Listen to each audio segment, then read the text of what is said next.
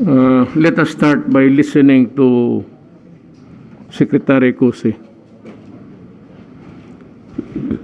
Thank you, Mr. President, and good evening. Good evening to all. Mr. President and our chairman of PDP, we are here, one in my capacity as your vice chairman of PDP Laban, together with our Secretary General, Melvin Matibag, our Vice President for International Affairs, Yes, sir. Lambino, and our Bulacan Provincial Council Chairman, Donato Marcos, Magandang gabi po. and the other hundreds of PDP leaders and members joining us by Zoom. They wanted to be with us, but due to the limited number allowed to come here, they are just joining us by Zoom, Mr. President. Well, you forgot to introduce the other side. Sorry, and of course, with us here, to the people joining us by Zoom, Senator Bongo, our auditor of PDP, and Senator Tolentino, also a PDP member, and Governor Ben Abardone, and of course our Visayas Presidential Advisor, who is also a PDP, Mike Dino. As part of our duties, Mr. President, we liaise with local government units and socio-civic organizations to generate strategic initiatives on critical government policies and programs. We went around the provinces, Mr. President, to hear from local government leaders how to enhance and refine the President's development agenda. So as we went around the provinces, Mr. President, we heard and we listened to the messages of support for you and your administration. We have collected and filed these manifestos of support from Luzon, Visayas, and Mindanao by PDP Laban members and non-members who wanted to express their unity and full support in your steadfast leadership as they recognize the gains you have made in the battle against drugs, terrorism, armed conflict, corruption, and poverty. Moreover, Mr. President, during our visits, we heard a huge clamor from various regions of the country, from the provinces down the barangays, represented by their signatures on these documents. They are all here, Mr. President, some of them. They have all the details, the name and the telephone number for verification, for you to continue your agenda of change, and for the government to continue with its 10-point socio-economic agenda, to continue what has been established for the past 5 years. The people on the ground, Mr. President, wanted a transition of leadership that will guarantee continuity of the economic and infrastructure projects established under the Duterte administration. These petitions and resolutions coming from various local governments from the islands of Luzon, Visayas, and Mindanao, representing PDP Laban members and members of other political parties, are now presented here to urge and convince you, Mr. President, to run for Vice President and to choose your running mate for President in 2022 national elections. These documents that were submitted to us here are signatures of more than 500 voters in Central Luzon, those that are not bonded, supporting the petition for you to run for Vice President in the 2022 national election. Each page contains the signatures of 40 voters with their individual mobile numbers, Mr. President. The party leaders and members of the National Council in its meeting in Cebu City recognized its immense clamor from their constituents, Mr. President, that these petitions were formalized in one document, National Council Resolution Number 8, passed and adopted on May 31, 2021. Ito pong PDP Laban National Council Resolution Number 8 ay isang resolution na kinikilala ang inyong pamumuno laban sa droga, terorismo, korupsyon at kahirapan. At gusto nila na ipagpatuloy ninyo ang mga programang pang-ekonomiya at mga proyektong infrastruktura na naantala ng COVID-19 pandemic. Dahil dito, Mr. President, ang PDP Laban National Council ay nananawagan sa inyo na pakinggan at tugunan ang kahilingan ng kanilang mga nasasakupan na kayo ay tumakbo bilang Vice Presidente sa darating na halalan sa 2022. At upang makasiguro na mapapatuloy ang inyong mga nasimulan na mga polisiya at programa, lalo't higit sa droga, peace and order at economic and infrastructure projects, kakibat nito kayo ay malayang makakapili ng inyong magiging katuwang bilang kandidato sa pagkapresidente sa susunod na halalan. Ito po lahat ay aming sinusumite sa inyo, mahal na Pangulo, para sa inyong konsiderasyon. Salamat po. Salamat, Secretary Kuse. I am touched by the outpouring of sentiments, at least yung grupo sa PDP, urging me to run for Vice President. I remember that I made a statement a few days ago because of the incessant attacks on my person na kung anong pinagsasabi, out of the blue, lumabas yung ano ko sa utak na kung ganito lang pala na babawiin ninyo ako, ano pa kaya kung yung wala na ako sa presidente, pagka-presidente. So I saw the toxic behavior displayed by some, and those who would also are posturing to run for president. I have avoided actually the opportunity to say something about the presidency. Pero yung inaatake ka, tapos with the statement of Pacquiao, that triple, double ang corruption, uminit yung ulo ko. You know, I've been trying really my very best to curb corruption. Hindi ko maalis yan overnight. But I have made a little progress in terminating, dismissing individuals. I cannot abolish offices, but I can dismiss employees for their malfeasance, kung ano-ano yung starting from the DPWH, I went to the customs, then eventually yung pastillas ng ano. And the very thing that really pissed me off was the Filipinos who are being framed up by itong laglag bala sa airport. Hindi lang nakakaawa. Sometimes they are not able to board their flights on time because they are being detained for trump-up charges.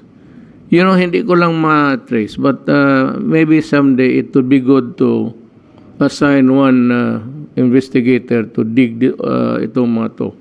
Kung sino yung mga pulis na naghuli at nag-detain sa mga tao supposedly may bala. You know, that's oppression of the highest order.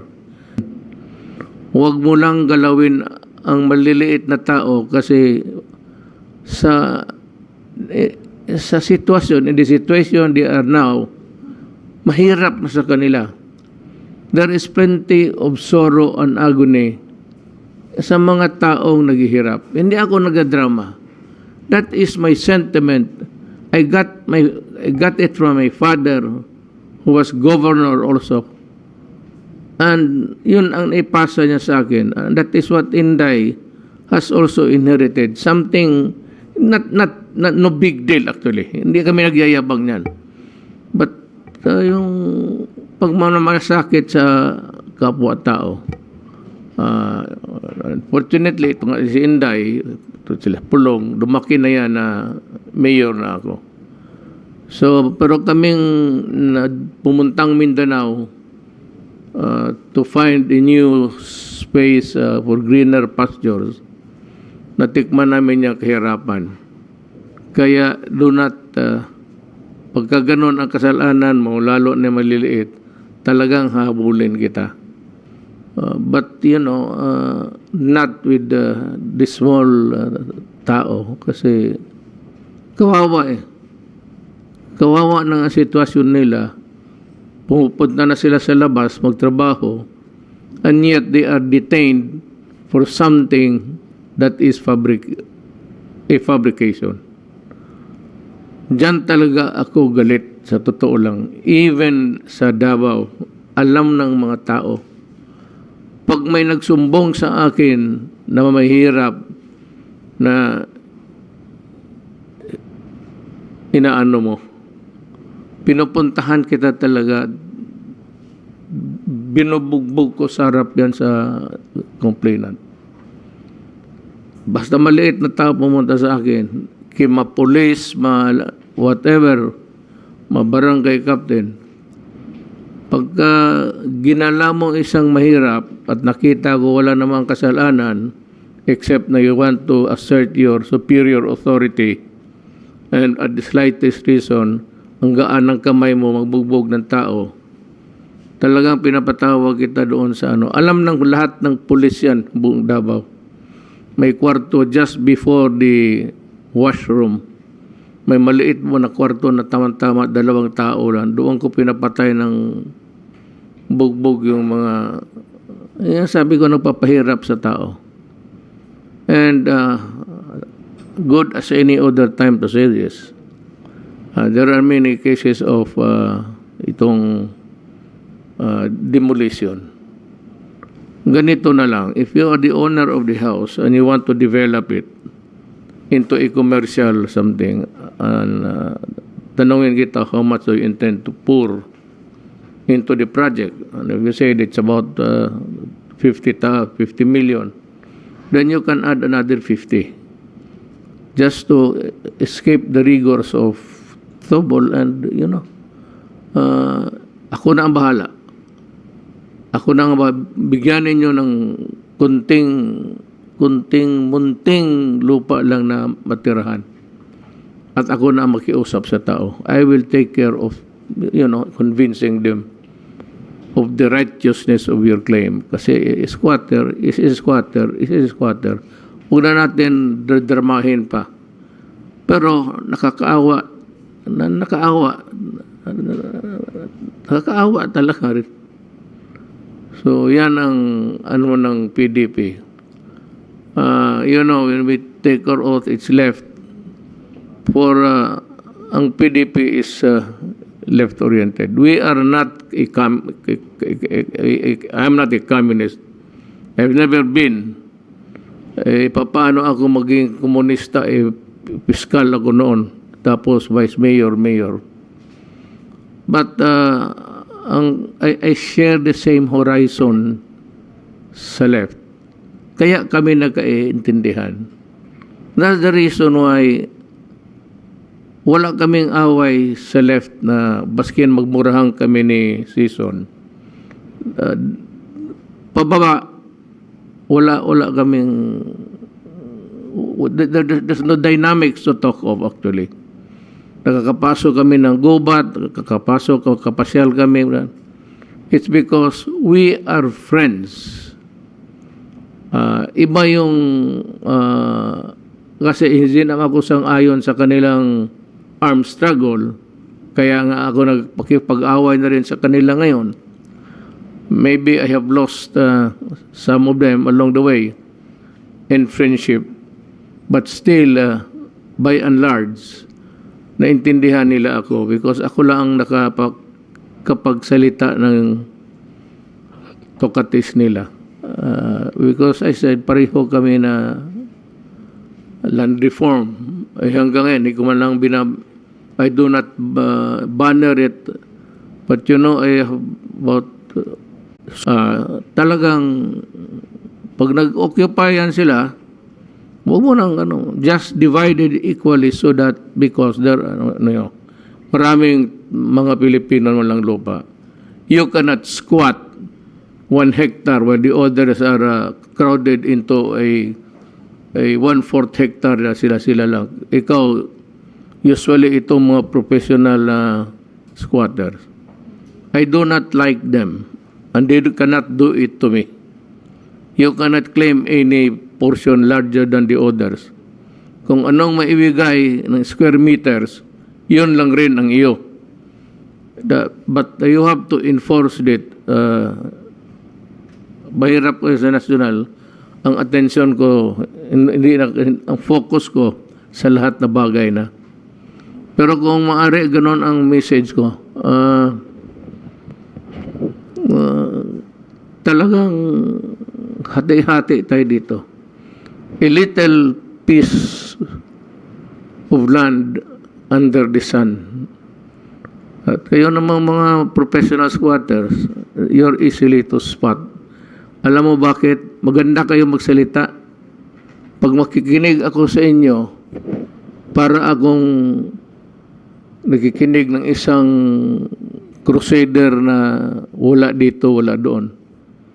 Yan siya. They make the loudest noise, and when it comes now to the subdividing the place, they claim for them a portion bigger than the others. Yan ang spirit ng PDP. That's why PDP ako. Because I do not do for big business. Kita naman ninyo, I went after the oligarchs. And if that is one achievement that I can be proud of to myself alone, yan. Binira ko talaga yung lahat sila. So, they are already known to us. Nasabi ko na yung mga pangalan nila. And sabi ko, at no other time, they won't get anything from me. Rather, I will go after them for their taxes. They have to pay taxes. Now, let me just rumble on to some other matters. Sabi nila na lahat sa panahon ko, pinayagan ko ang sugal. Correct. That is true. I do not deny it. Now, I would like to bring your mind a few years back in time. Di ba nung presidente ako bago, sinabi ko, ayaw ko ng sugal. And I never allowed it. But pagdating ng pandemic, naubos ang pera natin. May reserba natin, nagamit natin lahat to contain the viral virus from rampaging all throughout the country. At on this side, I would like to tell you there are so many variants now coming out. Pag lahat yan kailangan ng bakuna, patay na. Our scientists must work double the time to mag-isip talaga kayo. If you have to pour your, matutunaw yung utak ninyo, you must come up with something to help the Filipino. We cannot be dependent, ill afford to just sabihin doon sa mga ibang tao na bigyan mo kami, bigyan mo dito. That cannot go on. We must develop, total may pera man tayo. Hindi ko naman minamatay ang mga scientists natin. maybe for the lack of so many things, equipments and all. But I am also praying at the same time that they can come up with a good result of their studies and make some vaccines that are really truly Filipino. Yan ang... Now, itong sugal, bakit ko pinayagan? Wala tayong pera eh. Kaya sinabi ko yung noon na tinanggihan ko na kasino sa Bohol, pinasira ko lahat. Diyan sa Boracay, ganun rin. But ngayon, kasi kailangan natin ng pera, the most sensible thing is really just to encourage those activities, though it may sound not really repulsive, but maybe repugnant to lang, magdusa na muna kayo kasi kailangan ko talaga ang pera para sa bayan. And Dominguez is happy with it. Pogo, pinabalik ko. Sabi ko, ang akin lang, just pay the correct taxes. Yan lang ang magsugal kayo, may imbento ako, yes, go ahead. If you can win a lotto franchise, go ahead. If you can have something there na pero not on the barangay level. Kasi walang control. Itong mga casino, may mga security guard na. Pero yung sa last two sa baba, yun yung neighborhood, yung last two ng sweepstake. Sa Davao, minsan may nahuli, pregnant with another child into. Karga-karga nung pinapayal na. Sabi ko kay si Senator Go, Bong, bayaran mo yung piyansa kasi pag hindi, sige iyak yan dito buong araw. So, sabi ko sa polis, hayaan mo na lang yung ganun muna. Times are not really conducive to being immoralist now. They just have to be pragmatic about it. Kung ano lang talaga ang mapagkipagitaan, kasi hirap tayo. So that is what the PDP stands for. It stands for our country that is really free from intervention. Kaya ako nag-neutral, so I made friends with China, but I never abandoned a relationship with America. Wala naman akong sinabing masakit sa kanila. Pero yung the Filipinos must realize na ang Amerikano nandito not because they want to defend us. Ito yung battleground nila. So nandito sila because instead of fighting it out in the state of California, they would rather do it here in the Philippines. Kung may battleground man tayo. Kasi historically, kung hindi sila napunta rito at yung World War II nadali tayo, it's just because nandito sila. Ikaw nandito yung ibang countries na wala sila, hindi man ginalaw ng Hapon. At kasi nandito tayo, so we suffered, water under the bridge. But gano'n na nga. We subjugation and then another worse, the subjugation of Spain for 400 years sa ating bayan. We were in our land, our forefathers were really treated as second-class citizens, if not as slaves. Kaya matagal naman yan. At hindi sabihin mo, time can erase those. Ang ano ko lang, siguro yung lolo ko o tatay ng lolo ko noon, how they must have suffered a foreign subjugation. Kaya neutral tayo. China, I make friends of China. Hindi naman ako talaga, they offered to help. If the aid is coming, good. If not, okay lang rin sa akin. Because we do not make friends in anticipation of what they can give to us. That is that's stupid. We make friends because we just like to be friends. Now, if your friend is kind to you, then be thankful. Gaya na ng pag-umpisa nitong contagion, wala talaga tayong bakuna. The other nations we reach and who had reached the apex of their technology, sila ang unang nakapagbakuna. China was the first also.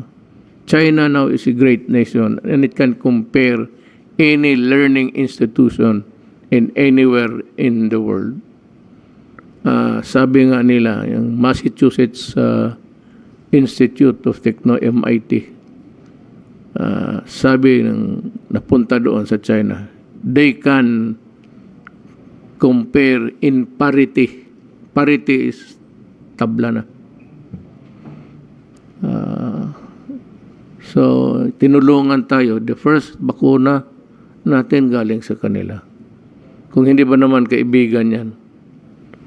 Now, the West Philippine Sea, they are there not because they say that they want to add to their territory.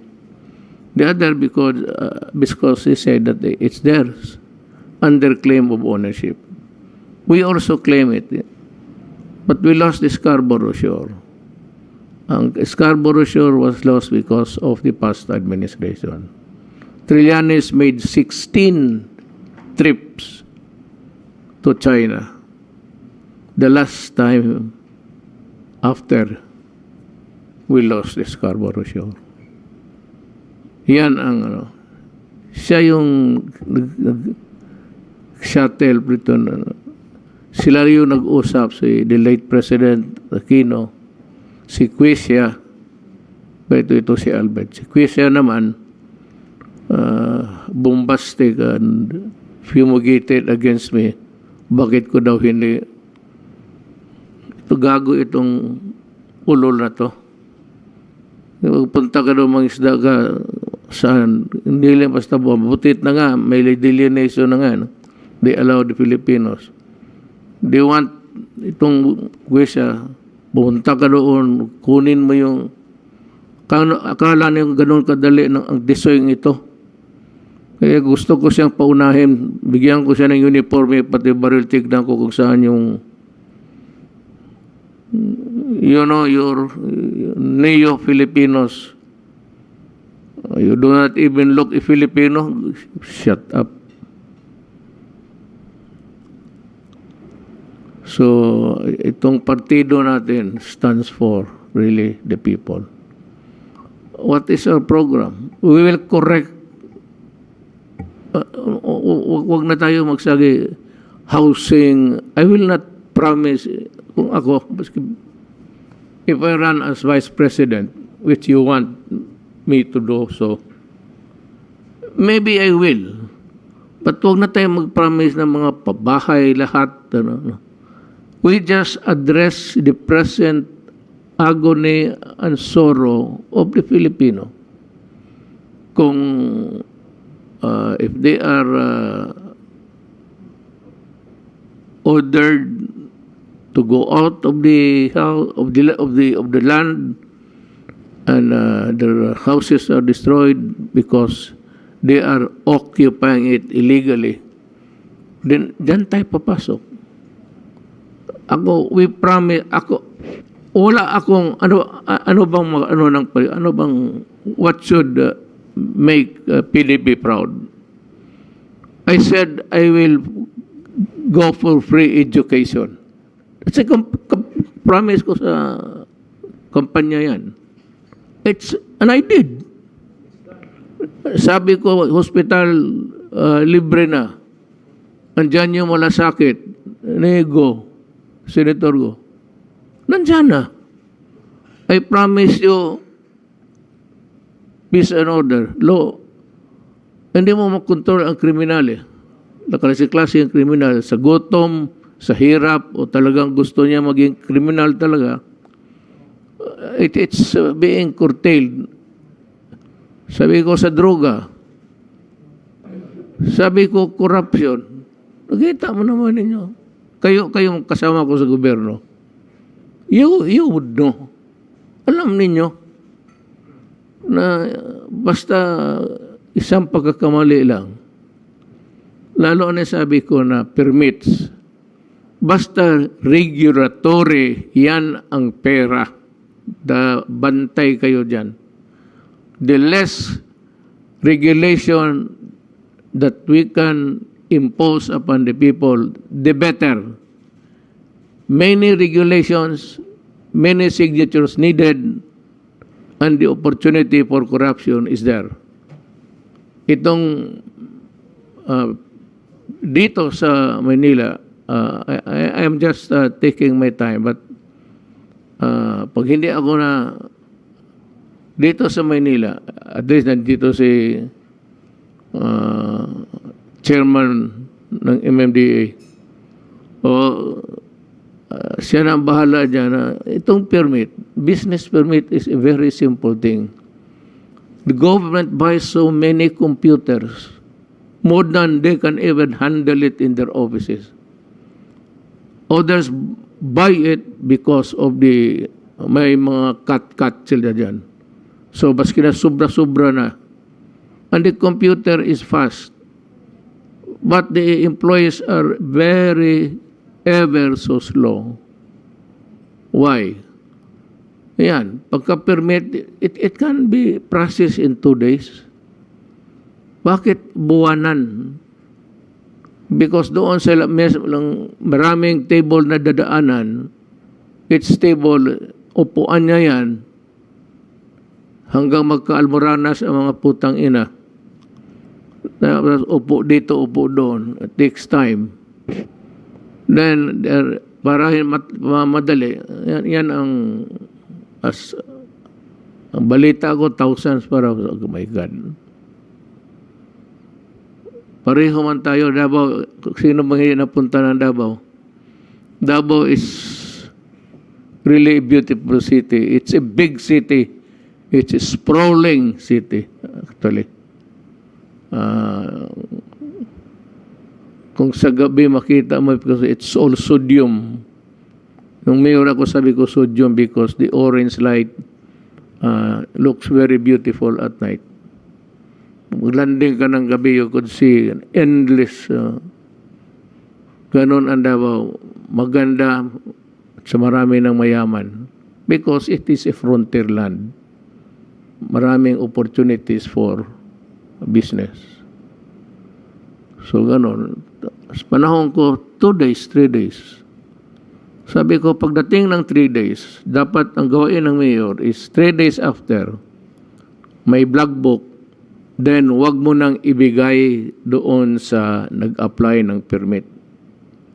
After 3 days, you exceeded the number of days given you, you give the permit to me with an explanation bakit inabot ka ng 3 araw.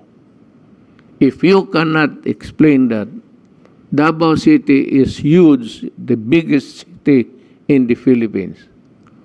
I can assign you sa boundary ng Davao, Agusan, boundary ng Davao, Bukidnon, boundary ng Davao del Norte, boundary ng Davao del Sur.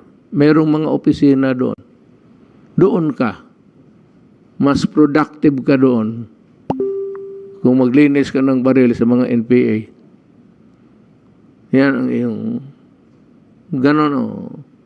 Ang mga pulis dito, minsan, pinadala ko sa hulo. Ewan ko sino pang nabuhay o patay. That's what you get for being so stupid. Sinabi na nga, huwag eh. Droga, sinabi ko, wag. You know, do not, kung sino mang susunod sa akin, do not allow our country to be destroyed by drugs. Maging narco-politics tayo. Malapit na. They were able to get power because of the money generated sa drugs. Kita mo naman. Pati pulis nila, pinapatay nila. Yung pulis na gusto magtrabaho, binabaril dyan sa Espinosa, shot to policeman sa nagalit siya na doon sa market. Kasi market day. Binaril ang dalawang pulis. Kita yung power ng pera na akala mo madala mo na sa Well, it remains a very debatable question na mag-corrupt mo ba ang tao o hindi. Sabi nila, depende sa pera. Kung hindi ka mag-corrupt ng 1 million, 10 million, babagsak ka talaga. Yung ayaw mo ng 10 million, 20 million. Ganon sa mga BIR. Kakausap mo nga siya yung BIR natin ngayon, kanina, bago kayo dumating. Sabi ko, ganon ang kasama ko sa dormitoryo rin, anak lang rin ang mahirap. Magkaharap kami ng kwarto. Ganon yan eh. Depende na may mga tao, hindi ko na lang isali sarili ko na you can at my age 76 bigyan mo man ako ng isang truck na pera, anong gawin ko? I cannot travel anymore. Though I was a pilot when I was young, I could no longer tolerate yung sa taas. Hinahilom maano na ako. Yung pagkain, limitado. Hindi ka makakain ng gano'n kasi masama sa kidney mo. Hindi ka naman kainom. Nawasa na lang. Kasi ang nawasa, minsan watak-watak pa ang mga yawa. You have to fix that goddamn agency. Totoo.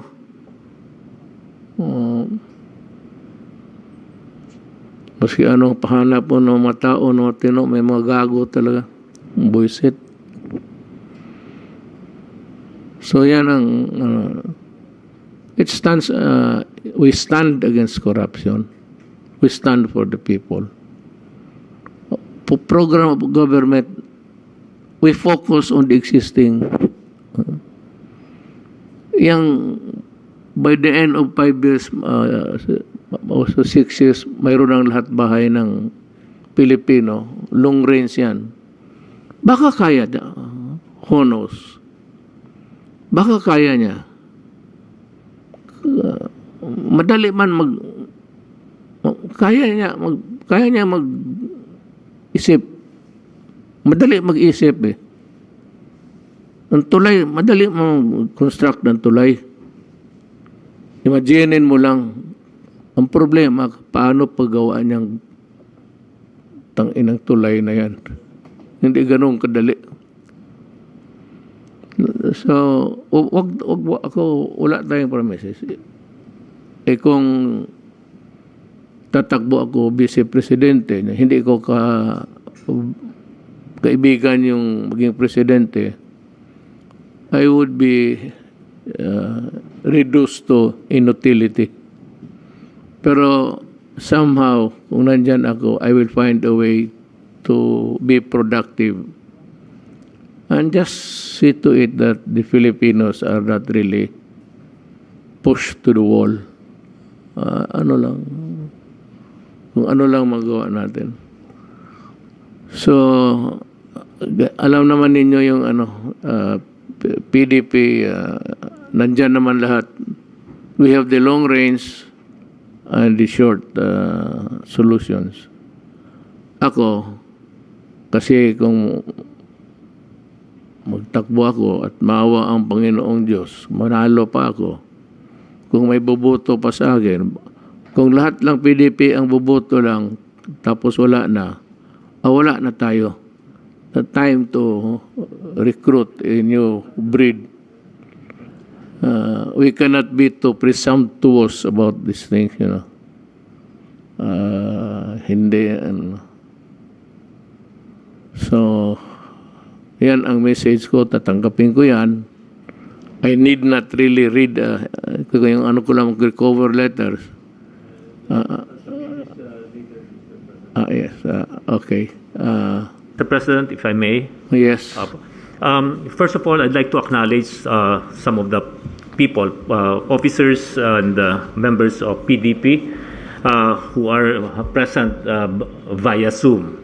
We have Senator Ronaldo Bato de la Rosa, Congresswoman Rida Robes, Governor Daquila Carlo Dax Cua, Mayor Edwin Olivares of Parañaque, of course our Secretary Carlo Alexi Nograles, Secretary Noel Felonco of NAPSI, Chairman Benjamin Benor Abalos of MMDA, Chairman Franklin Quijano of NCSC, Director General Charito Plaza of PESA, Executive Director Penelope Belmonte of NPDC, Undersecretary Martin Bidino of DILG, Undersecretary Aimee Torrefranca Neri of DSWD, Mr. Norman Fulgencio, Deputy Secretary General NCR PDP Laban, Commissioner Yvette Contacto, PACC, former Legal Affairs of PDP Laban,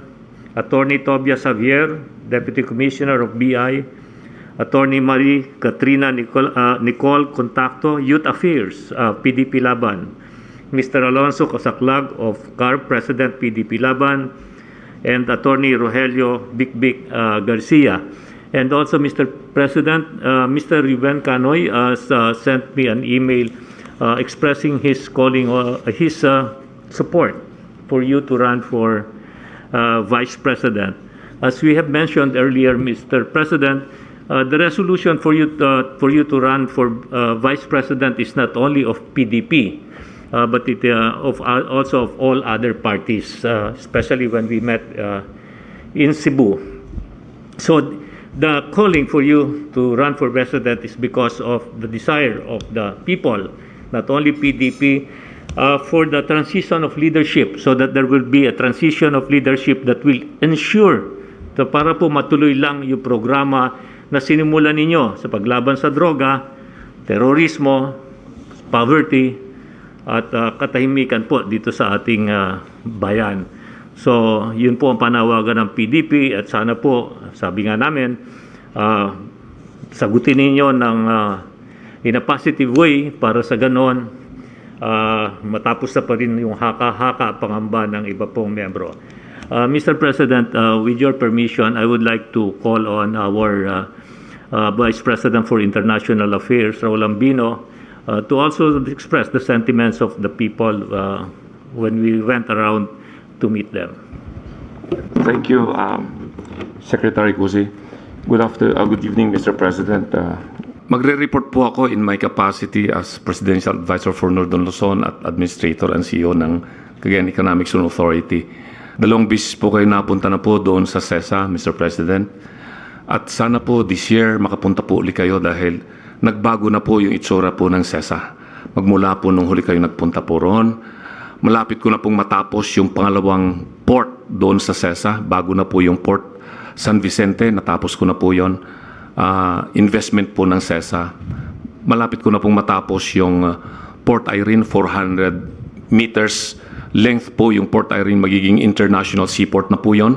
At magiging international container terminal at logistic hub sa Northern Luzon po yung Port Irene.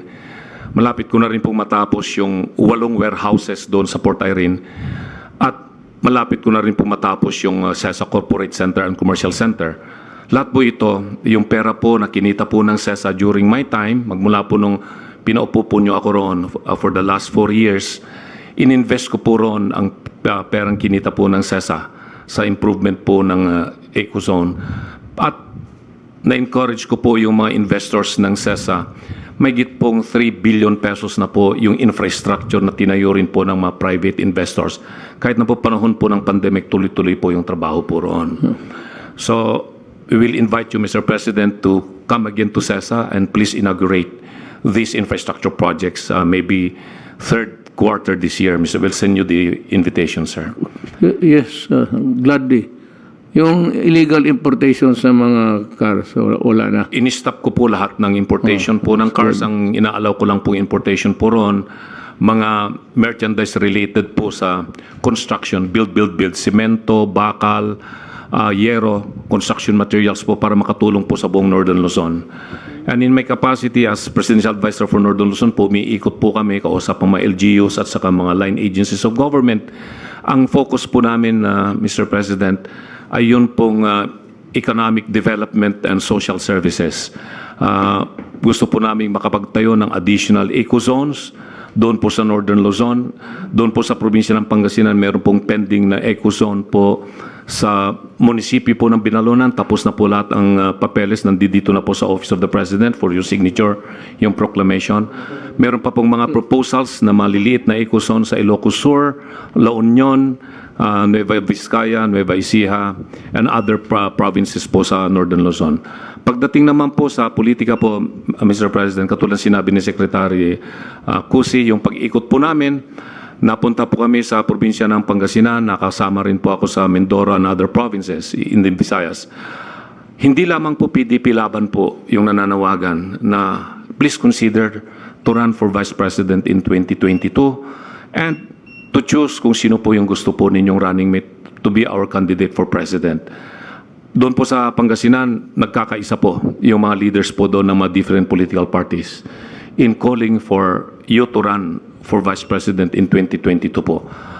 Hindi po rin namin mapipigilan yung mga enthusiastic leaders po sa Pangasinan at marami po silang mga inilabas pong mga tarpaulins o kaya yung mga election propaganda na nananawagan po na tumakbo po kayong Vice President sa 2022 po. At sabihin ko na rin po na kung tatakbo po kayong Vice President, unanimous po yung mga leaders po sa Pangasinan na sana po ang piliin po ninyong kandidato for President ay si Senator Bongo po. Yun po ang pinaparating po nila, Mr. President. Maraming salamat po. Thank you. So, Mr. President, I would just want to acknowledge the presence of Speaker Velasco via Zoom. He's now in attendance.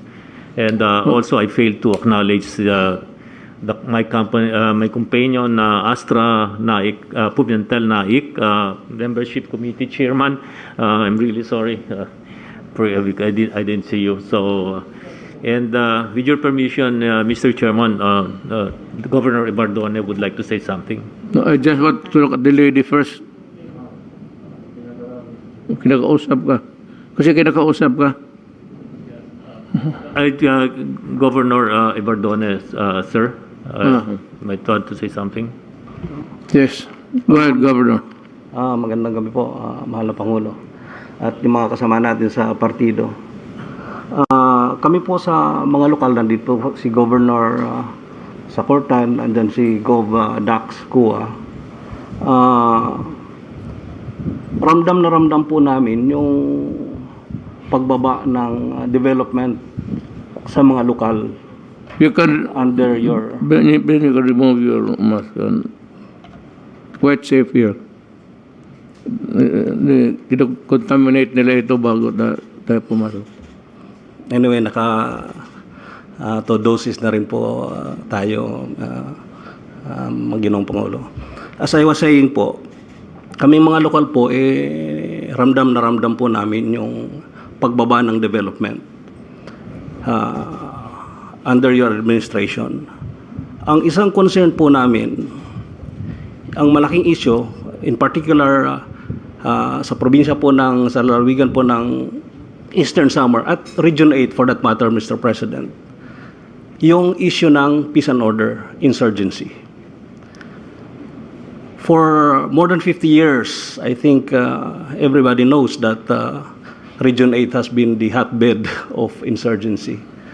at mukhang hanggang ngayon pa rin po. Mayroon pong 11 guerrilla fronts ang CPP NPA doon sa Region 8. 4 na po ang total dismantled po dyan. 3 po ang non-neutralized na po. In fact, yung 2 po sa 2 po sa 3 ay totally dismantled na rin po. Pending validation sa Central Command po. So may matitira pa hong 4 na guerrilla fronts sa buong Region 8. Ang pangamba po namin, pag hindi po nasuportahan ng todo-todo ang kampanya laban sa insurgency ng susunod administration, baka magbunyi po sila. Babalik po yung mga yan, magre-regroup po yan. Ngayon po, napakaganda ng Whole of Nation approach, yung NTF-LCAC, dahil hindi po bala ang nilalaban natin. Serbisyo po, social services. Lahat ng government agencies, national government agencies, local officials, agencies, services, nandun po sa mga conflict areas. Hindi po bala, hindi po bomba, hindi po militar. Yan po ang kagandahan ngayon. Kaya po, marami na ho talagang na-free up ng mga barangays. Now, ang fear po namin, baka hindi po yan masustain. Pag walang focus at walang zeal of support ang susunod na administrasyon. That's very important because, as we all know, peace and order is a prerequisite for development. Kaya nga po, lahat ng malalakas ng insurgency areas ay poverty-stricken po yung lugar. Talagang bagsak, no? So, yun po ang isa pong concern namin. Second po, totoo po yan. Napakaganda po yung na-implementa po yung universal free education at saka universal healthcare system. Libre na po lahat sa hospital. Libre na sa mga paaralan. Kaya yung local governments naman po na pondo namin na dapat nag-sponsor kami ng mga scholars na free up po yun. Saan na po namin ginagamit yan? Allowance ng mga estudyante, pamasahe, pang-xerox po nila, research paper, term papers, etc. So napakaganda po ng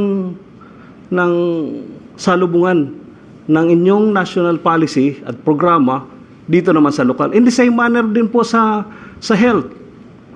Dahil pagpunta po nila ng ospital, halimbawa po mayroon silang bayaran na sobra sa PhilHealth.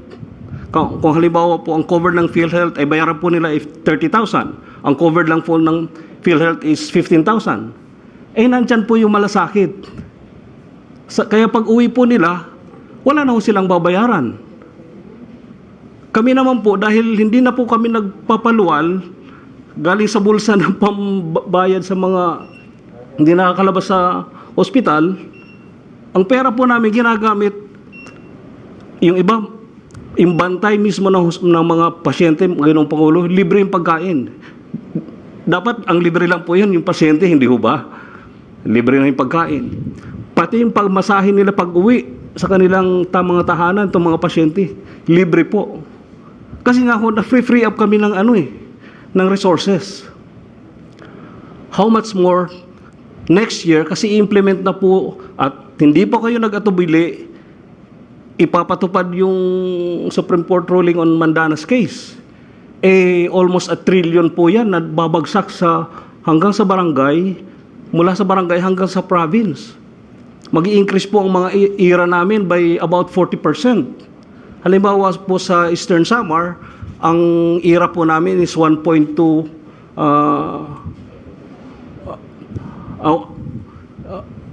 mag-i-increase po ng 2 billion yung namin, yung IRA namin from 1.2. So ang laki po niyang po na yan na tulong sa amin, no? So ito po tama po yan, Ginoong Pangulo, ang ating partido, mayroong mga vision, pero ito po reality po sa ground. Reality po ito, I'm speaking based on reality. At ito po ay palagi ko sasang-ayunan ako ni Governor Sacortan, si Dax Coa, nandyan si Mayor Edwin Olivares at saka si Chairman Abalos. So, hindi na po kami masyadong concerned, Ginoong Pangulo, yung West Philippine Sea. Yes, it's important because it is about sovereignty.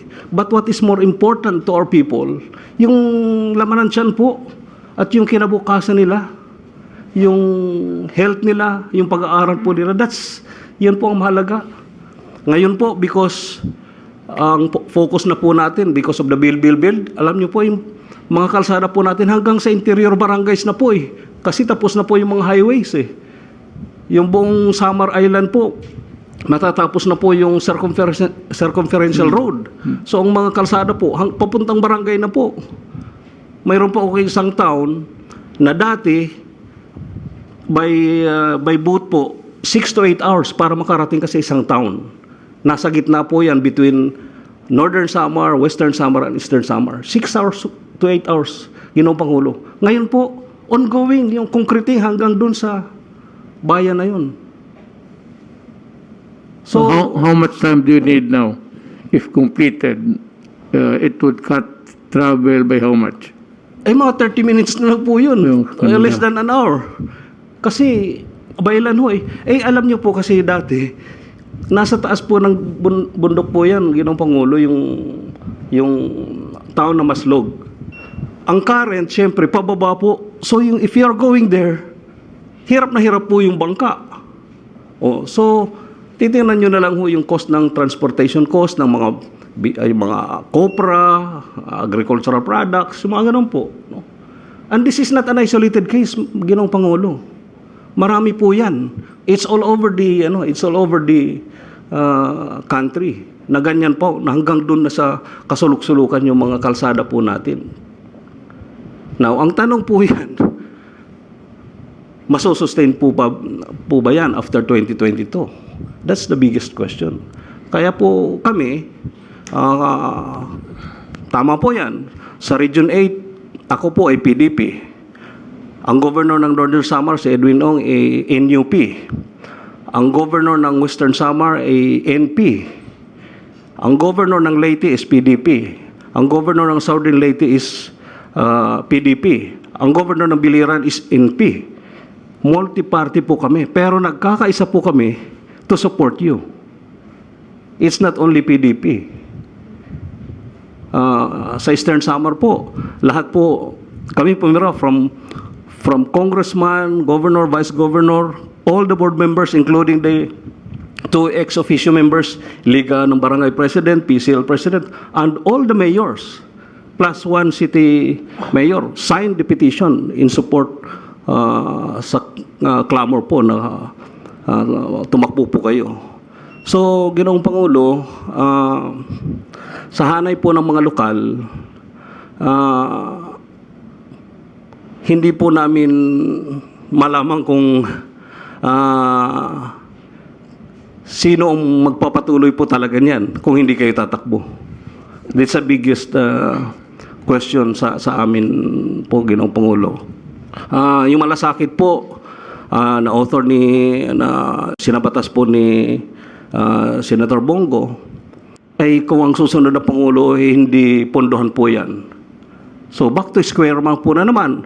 Pupunta si pasyente kay mayor, kay congressman, kay governor dahil hindi makalabas yung pasyente nila sa ospital.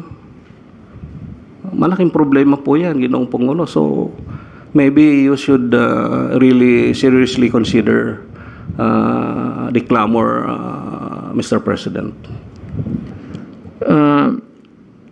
To the proposition that I ran for Vice President, medyo I'm sold to the idea. So, meaning to say, I am seriously thinking of running for Vice President. But let me dwell into the reality of things. Sabi mo nga, if I run for Vice President, tapos ang presidenteng na elect, hindi ko kaibigan, the situation would arise na sabi ko, I would remain an inutil thing there. Kasi pag wala kang sa presidente, suporta, wala ka talaga. Ito ang dilemma ko. The president that will win must be a friend of mine to whom I can work with. Otherwise, yung situation na tinatakutan mo would arise, especially if this guy, whoever, sino, would play politics again. Dito nakita mo naman na despite Samar, despite I lost dito sa mga lugar na of course I cannot mention, sinabi ko talaga kay Ben Juk noon. Sinabi ko, sir, hatiin mo lahat. All. Kaya Samar got his year. Though I lost in Samar, sabi ko nga, wala ako sa politika na kasi panalo na ako. I hope that the next president would adopt the same mindset kasi lahat Pilipino umaasa sa kanya eh. So, kailangan kaibiganin ko yung presidente. Kaya ako, minsan hindi ako I do not talk about the other. Ito lang si Pacquiao because out of the blue, he just blurted out na corrupt ang gano'n. So I am forced to. By the way, meron akong, I remember, he has a tax evasion case. And he is been assessed to pay 2.2 billion ang utang niya na hindi niya binayaran ang gobyerno. Of all these fights, lahat na yan considered since the beginning. Maraming awa yan. Ang bilyong kinita niya. But isang fight niya, 2.2 billion, kukunin ng BIR yan. Amerika, walang problema. Talagang bayad ka, hindi, kulong ka. So dito, I remember that I'll try to find out. May ano yan siya, may utang siya 2.2 billion. Not because gusto ko siyang habulin, ayaw ko. But sabi kasi niya corrupt. Di, kung corrupt kami, di, ikaw, when you cheat government, you are a corrupt official. Lalo na. So I remember na meron may kaso siya. It's still I think with the courts. I do not know, but I'll check it. Yan ang ano natin. So ito hinges on the relation between the office of the Vice President and the office of the President. Now, we would be lucky, and I'm sure that we will be supporting a winning candidate na hindi ako naghingi ng pera. I'm not asking for any allotment dyan na bilang. Wala ako dyan. Magturo lang ako ng project, then itong project na ito, suportahan mo. Itong project, I do not want to handle money. Just like now, there is no transaction sa gobyerno na hinahawakan ko. Ikaw, alam mo man yan. Wala akong hinahawakang yung papel na may pera sa gobyerno.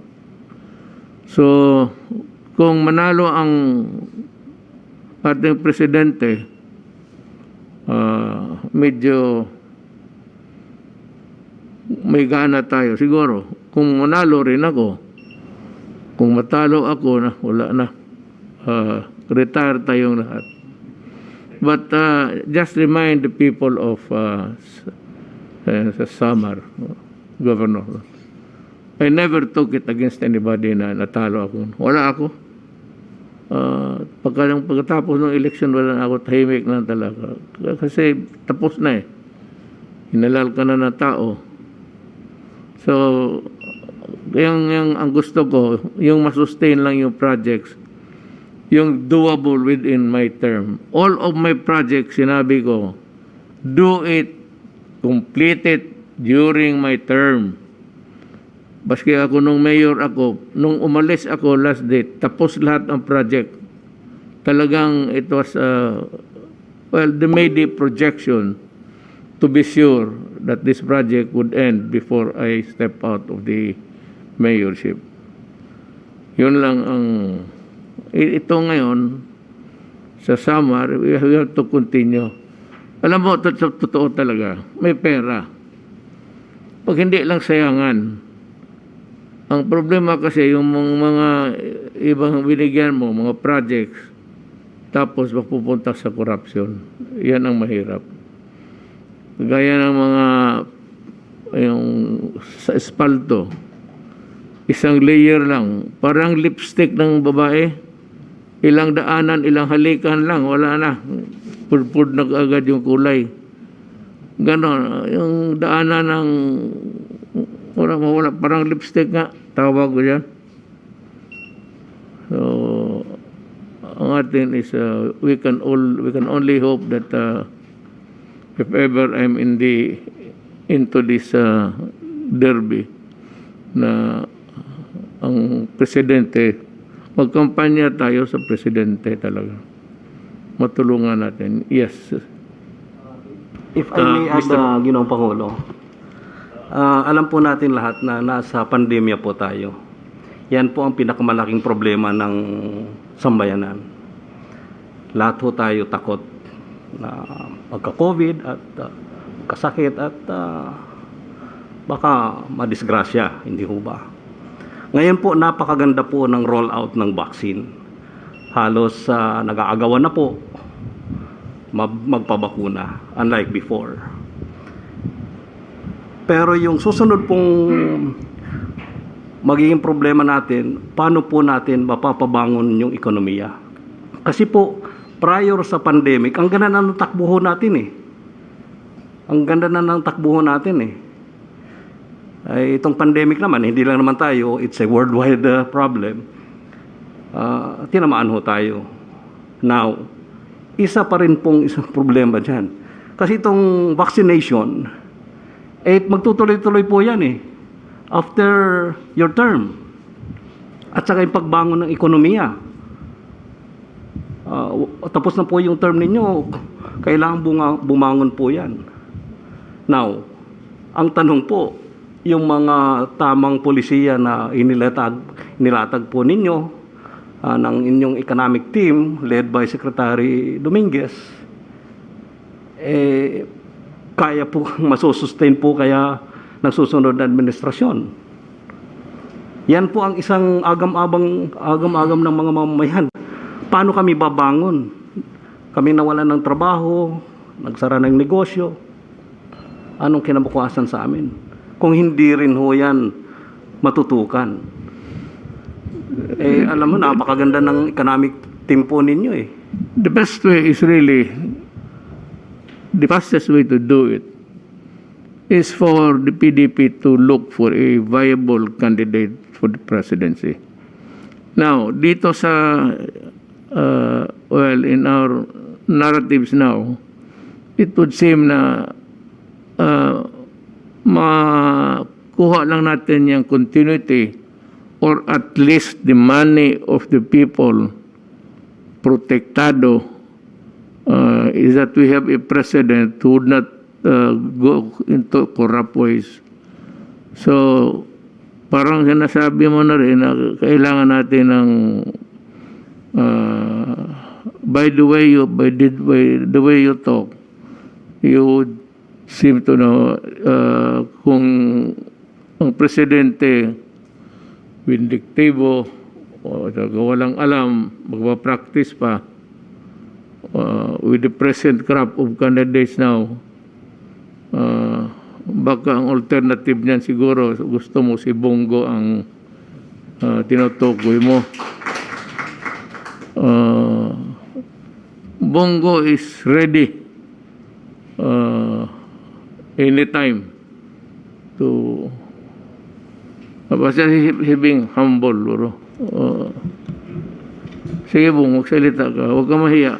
Maraming salamat sa lahat ng mga kasamaan ko sa PDP sa inyong tiwala. And of course, Mr. President, sa lahat ng mga opisyales, sa lahat po ng nandiyan dyan sa Zoom. Alam niyo po, gaya ng Pangulo, ako'y pagod na rin po sa ginagawa natin ngayon. At nakakawala ng pagod yung suportang pinapakita ng tao tuwing bumababa ka sa publiko. Ako kasi bumababa talaga ako, tinitingnan, pumupunta ako sa ospital, nakikita ko yung sitwasyon sa mga kababayan nating talaga ngayon. Ako po'y nakikiusap sa inyo na unahin muna natin yung malampasan itong pandemyang ito. Darating rin po yung buhay natin.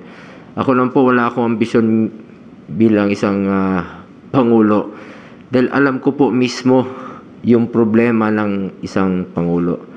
Kita ko mismo si Pangulong Duterte nagtatrabaho ng 24 oras sa isang araw. Napakahirap po ng trabaho ng isang Pangulo. Thankless job. Gagawin mo yung tama. Isang katutak na batikos ang abutin mo. Nagkamali ka naman, babatikusin ka rin. Pero nagbibigay lakas lang sa amin ni Pangulong Duterte. Yung mga kababayan nating, yung mga hopeless at helpless po na walang matakbuhan. Yun lang po parating pinapaalala ni Pangulong Duterte. Unahin mo ang iyong kapwa Pilipino, hindi ka magkakamali. Ako naman po, consider me last. I am not interested to run for the presidency. Dahil alam ko mahirap talaga yung trabaho. Salamat. Kumbaga, yung tira na lang po yung akin. Kung wala na talaga kayong ibang mahanap. Kung maaari, wag lang po siguro ako dahil hirap na rin po kami. Anyway, I leave my faith to God. I leave my faith to the Dutertes. Sila po ang malaking utang na loob ko po sa kanila. At sa Pilipino, yung sa Pilipino, sila po ang nagbigay sa akin ng pagkakataon na makapagserbisyo sa inyo bilang senador. So, unahin ko muna yung pagsiserbisyo ngayon. Unahin muna natin itong pandemyang ito. Muli, maraming salamat sa inyo. Baka hindi ko kaya sa pagkatao ko. Alam mo, ganito lang ako. At ayaw ko naman sanang the usual refrain. Parang gano'n. Alam nila yon, Mr. President. Talagang hirap yung panahon. Kung nakikita ko kasi araw-araw yung problema ng isang Pangulo. Talagang napakahirap po. Kawawa lang talaga yung Pilipino. Ako, that's the reason why I do not want my daughter to run. Frankly, really, the truth is I do not want her to suffer. And being humiliated, embarrassed before the public, like the likes of Trillanes, pati ito si Dilima man na may kasalanan talaga. Tapos ang lakas ng loob, magmura kung sino gusto niya. These are the things that one has to endure. Kaya sabi ko, maawa ako sa anak ko, babae. Kaya sabi ko, hindi ko sabihin na, it's not because sabi ko, hindi ito para sa babae. I am not talking about the capacity, nor the talent of a woman to be president, to think of the problems. But, sinabi ko, the things that go with politics dito sa Pilipinas, ang bastusin ka, tentang ko Trillanes, nakaw na naman ang sinasabi. Yun yung noong eleksyon, inuulit naman na gago ngayon. Alam mo si Trillanes, I think he has may illusions of grandeur na I am now alam mo, natawa pa ako. Sabi niya, well, I used to be the alternate, but with Robredo running as governor, I am now the principal. Ito, out of context talaga. I am now the principal candidate. Wala namang ibang ano. Every candidate is always a principal. Bubo talaga ang yawa. Pakialaman mo. And to think na siya mismo, yung tatay niya, pati ang anak niya, may iniwang istorya dyan sa PMA. Alam mo yan, si Trillanes was a favored candidate. Alam ng cadet corps ng PMA yan. Yung mesa-mesa, weekend yan, the whole day, talagang patayin ka sa stamina mo. Biso anak siya ng isang opisyal doon sa controller ata ng PMA. Doon siya kumakain ng hamburger sa opisina ng tatay niya. Alam ng mga mista niya yan, alam ng mga taga-PMA lahat. Tapos, this guy has the goal o patapang-tapangan. Yan ang kung yan ang presidente, sasabog itong Pilipinas. It will not explode, it will implode dito sa loob palabas. Ngayon mga sabi ko na ayaw ko sa I do not want to my daughter to go the same trail sa politics. Kaya naintindihan ko si Bong. Pero si Bong kaya niyang tanggapin niyang insulto kasi marunong mo rin siya mag-insulto. So, sabi si Trillanes ng barilan, lalaban man ito ng barilan. Sabihan ng suntukan, lalaban na ito ng suntukan. Si Trillanes ang umi-iskerda. Meaning to say, this guy is really a coward. Kasi lang siya noon pa sa Makati pasikat-sikat kasi alam niya, hindi siya barilin ng mga tao, mga pulis doon kasi yung mga commander nila puro mga mista, mga taga-kabalyer, ariglo lang. Kaya itong ulol na ito, yun ang isa niya, every time ginagamit na yung PMA pantakot. As if naman gagalaw yung sundalo against the Republic. Yan ang ko. Yan sabi talaga. Ang nagsabi niya, di ba, nagsulat niya ng classmate, bista niya mismo. This guy was really a favored, Hindi ito dumaan. Kaya, nung na-Navy yan, hindi makatiis ng itong disene sa dagat. Kaya binigyan ng lansa yan. Nakaparking niya yung lansa niyan sa Navy dyan sa Boulevard noon. Yun lang ang barko niya, lansa. Yung totoo, tanungin mo yung Navy. Yun ang binigay sa kanya. Mabuti pa itong nakaputi ko na minsan si China, Annapolis graduate yan. Alam mo, mag-cruise kami siya ang kapitan.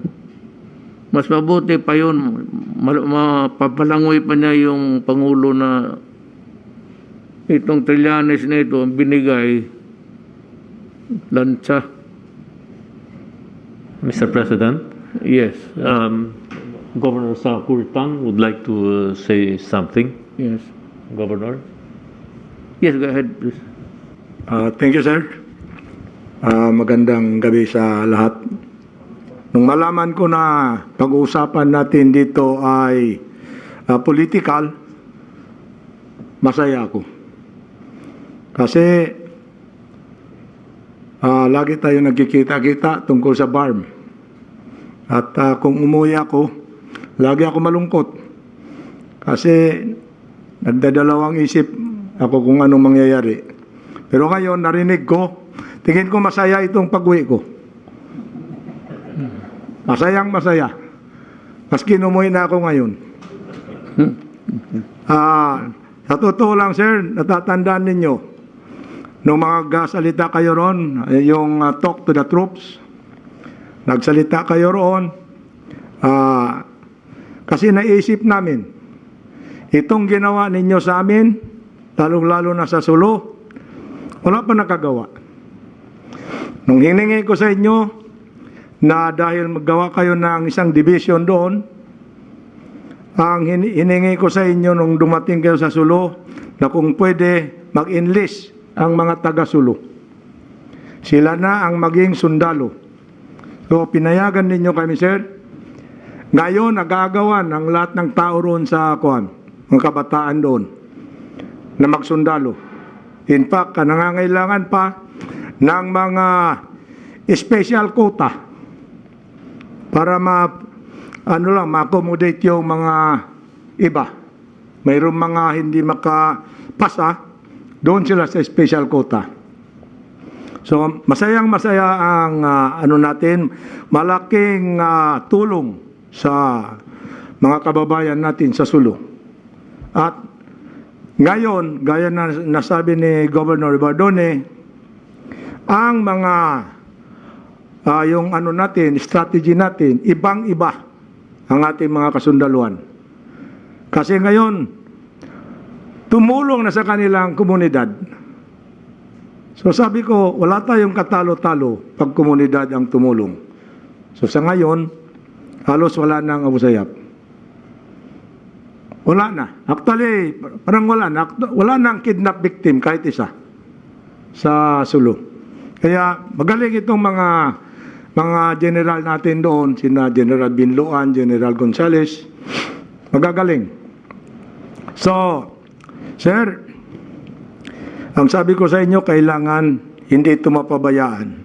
Kailangan tuloy-tuloy ito. So, paano ito matuloy? Hiningi ko sa inyo kung pwede tumakbo kayo Vice Presidente. So, sabi ninyo na pag-isipan pa ninyo.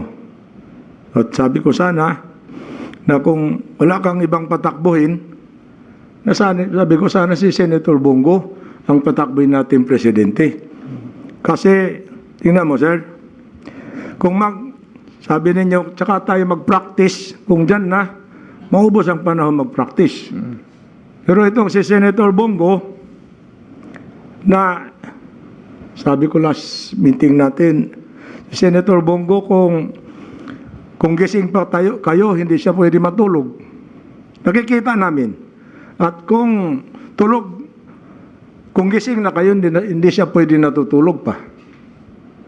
So, ganun, from day one of the Duterte presidency, he has always been there. And very, very, very much present in all activities of government. In fact, makita namin, minsan nasa Luzon, minsan nasa Mindanao, minsan kung saan-saan. Sir, sa suporta sa ginawa ninyo sa amin, hindi kami naging kay Senator Bongo. Pinaayos yung tubig namin. Padala ng 200 milyon na pag-ayos ng tubig namin. Hindi kami humingi. Nagpadala pagpagawa ng 200 milyon sa Sulu. So, ngayon, sa totoo lang, sir, wala pa kami nakausap. Kami, mga politiko, local government, na nagsasabi na hindi kailangan talaga nila kayo tumakbo ng Vice Presidente. At paborito nila itong si Senator Bongo rin, sir. At you cannot separate Senator Bongo from President Duterte. Kung ano si President Duterte, iyon si Senator Bongo. So, doon sa Sulu, sir, nasabi ko sa inyo, noon hindi pa tayo, sir, magkakilala, pero 80% ang boto sa inyo. Ang 20% pinagatiat ng 3-4 na kandidato. Yun lang pinagati-hatian nila. So, lalo pa ngayon, sir, noon may kalaban pa kami. Ngayon, nagkaisa na kami. 3 congressman, lahat ng mayors, governor, vice governor, at saka lahat ng barangay kapitan. Walang kahit isa magano. Pati MNLF nagkaisa. Gusto nila kayo. Kasi ngayon, itong pandemic sinasabi nila na hindi maganda. Tingin ko para sa amin, maganda, sir. Kasi ang tao namin, Natuto sila madisiplina. Marunong na sila mag-alcohol, maghugas. Noon, pinagbabawal mag-alcohol, tutuyo daw ang kamay natin. At natuto na sila mag-distancing, natuto sila magpila, at natuto sila maghanap buhay na online. Marami nang magluluto. So tingin ko, sabi nila, new normal. Sabi ko, this is the correct normal. Disiplinado ang tao. So, tingin ko, sir, kailangan talaga na ganun ang ano namin. Kaya pumunta talaga ako rito na para masabi ko talaga na ang ano namin. Before I came, kausap ko pa, kahit si Mujib, usap kami. Yun din ang sinasabi nila. Kasi sir, hindi sa pagmamalaki namin, sa sakit sa Basilan, maraming mayor sa atin na kaibigan ko sila. In fact, gusto nila magkipag-meeting sa akin, sabi ko, pagbalik ko na. Ganon din sir sa Sambuanga kasi yung anak ko sa Kusog-Tausog, nagkakampanya kung saan-saan na lahat. At malungkot talaga kami. Pag hindi kayo kung wala na kayong ibang hanap, pag hindi kayo, hindi na kami siguro bubutos ang presidente at saka vice-presidente. Yun ang namin, sir. At bago ako pumunta rito, maraming sinasabi yung mga kwansin, bakit ganito, bakit ganyan ang tono na ito Sabi ko, wag na kayo makinig dyan. Ito ang mga presidente natin at vice natin.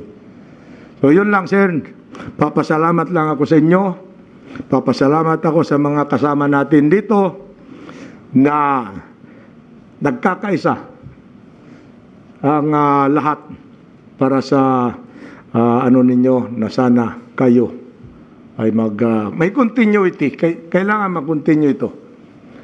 So pag iba na naman, mahihirapan kami. Kasi yung tao nandiyan, tanggalin na naman, iba na naman ang policy, iba na naman ang gagawin. So wala, balik-balik lang ang problema, balik-balik. So ito, maganda na ang takbo natin, sir. Na bago, sir, ang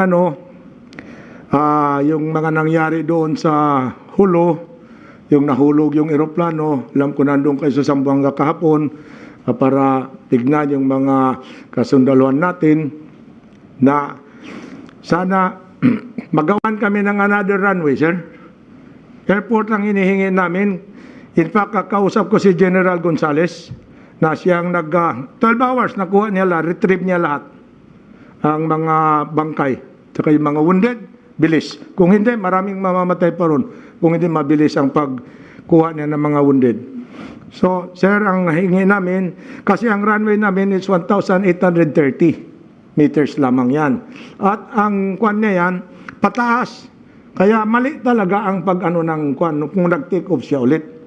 Kasi I remember in 1997, that was February 14, Valentine's Day, sir. Nandoon si Bishop Nepomuceno. Nag-take off siya ng ganon direksyon. Bumaliktad ang eroplano. Doon din bumagsak. So dapat one way lang ang kwan. Na mahirap na yung pabayin natin kasi puro bato, na malalaking bato. Ang kaya kailangan talaga namin, sir, na magkaroon kami ng isang runway. Kaysa sabi ko, marami naman binibigay diyan sa BARM. Bakit hindi kami kung mabigyan din ng mga 1-2 bilyon paggawa yung magandang runway. Yun lang, sir, ang hinihingi namin. So, sir, maraming salamat na masaya na ako. Pali, maski mag-uwi na ako ngayong gabi, okay na sa akin. Very happy.